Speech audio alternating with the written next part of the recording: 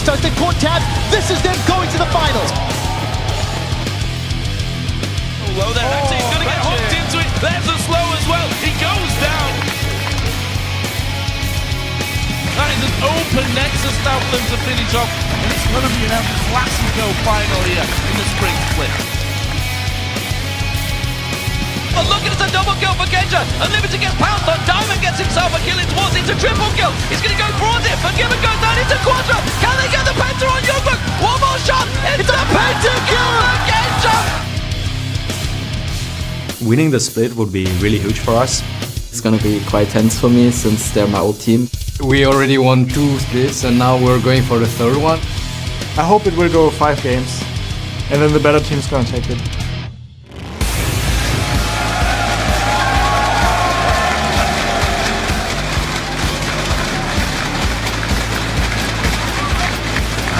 One spot at Svenska. He'd go low there. Actually, he's going to get hooked.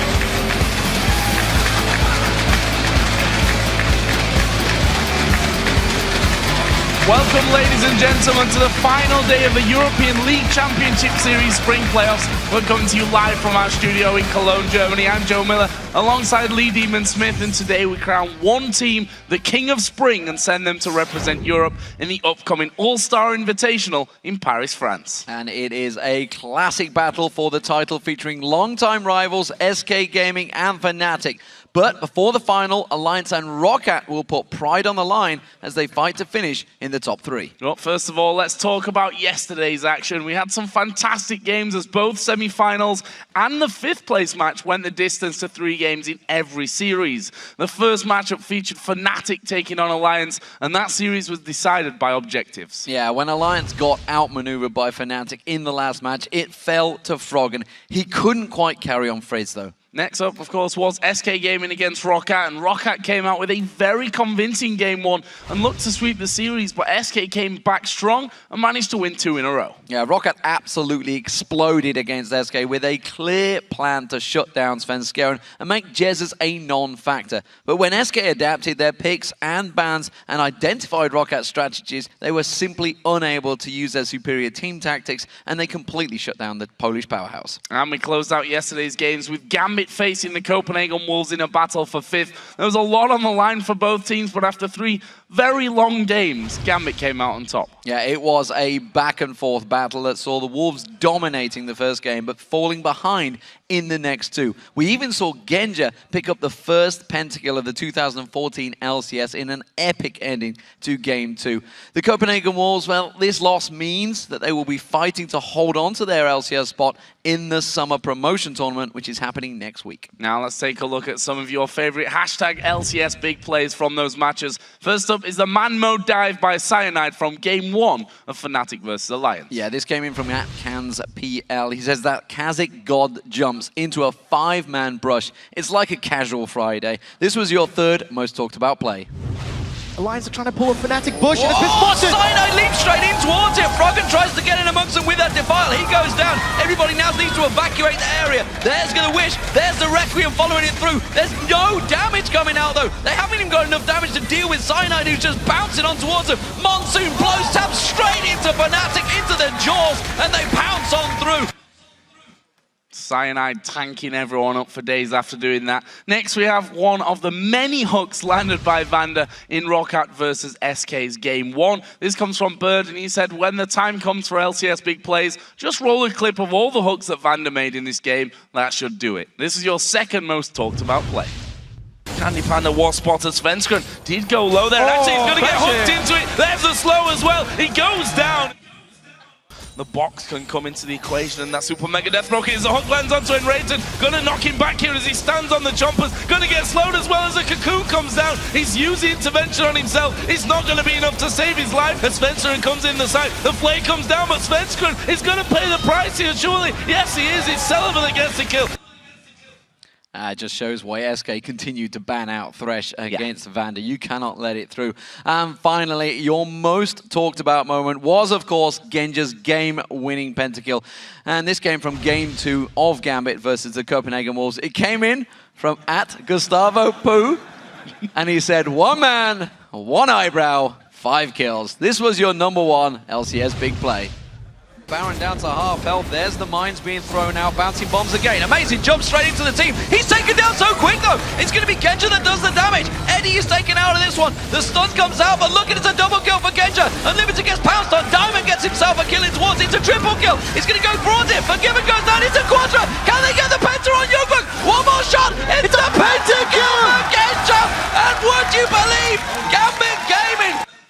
First pentakill of the LCS, and just goes to show what happens when Genja buys a last whisper. Absolutely. Finally. And remember, guys, you can send us your favorite plays from the matches by tweeting them to @LOL Esports with the hashtag LCS Big Plays. So let's move on and take a quick look at our games today in the playoff bracket. Our first matchup has Alliance and Roccat as the two defeated teams from yesterday's semi-finals, and they will face each other in the third place match. Yeah, and as the two winning teams from those semi-finals, SK Gaming and Fnatic move into the championship game to compete in a best-of-5 for first place and to represent Europe at the All-Star Invitational in Paris. And remember, you can keep track of your favorite players and teams through stats, VODs of past games, and much more at lolesports.com. That's also where you'll find our schedule of upcoming matches. Yeah, while you're there, tell us who you think will win in each series today. Just submit your picks and we'll check in before the first game in each matchup to see how you voted. And while you're there, also subject your voting. You've already chosen the players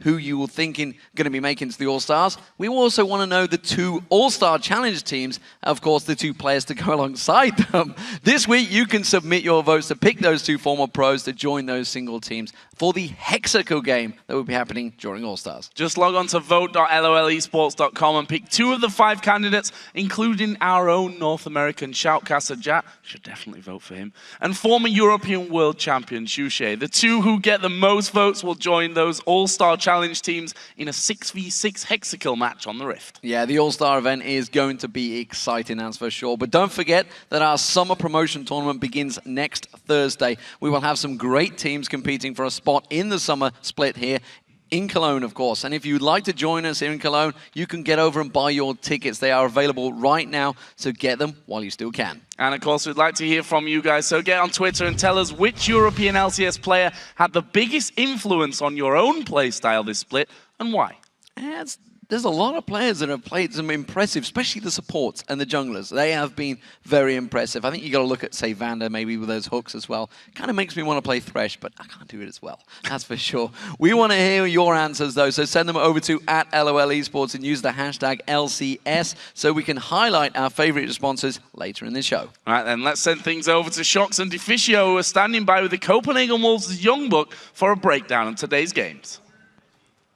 Thank you very much, Joe. Indeed, welcome, Youngbuck. You'll be joining us here all day to analyze the games. I quickly want to touch on yesterday, of course, a heartbreaking series for you guys. You guys are going into summer promotion, but I don't think I'm lying if I'm saying that you guys are a really strong team. You have a really strong chance of keeping it in. And what were kind of the main things you took of that series yesterday that you say this is a strength that we will be able to use next week in that promotion tournament? I think overall we had good champion selects and good game plans that we followed a lot. We just faltered when the pressure was very high and we had to be more decisive, and Gambit just beat us by pure experience. I 100% agree. I mean, the pick and ban phase for Copenhagen Wolves is actually one of the strongest we got here in Europe. They always had counter picks for everything, deep champion pools for all the members.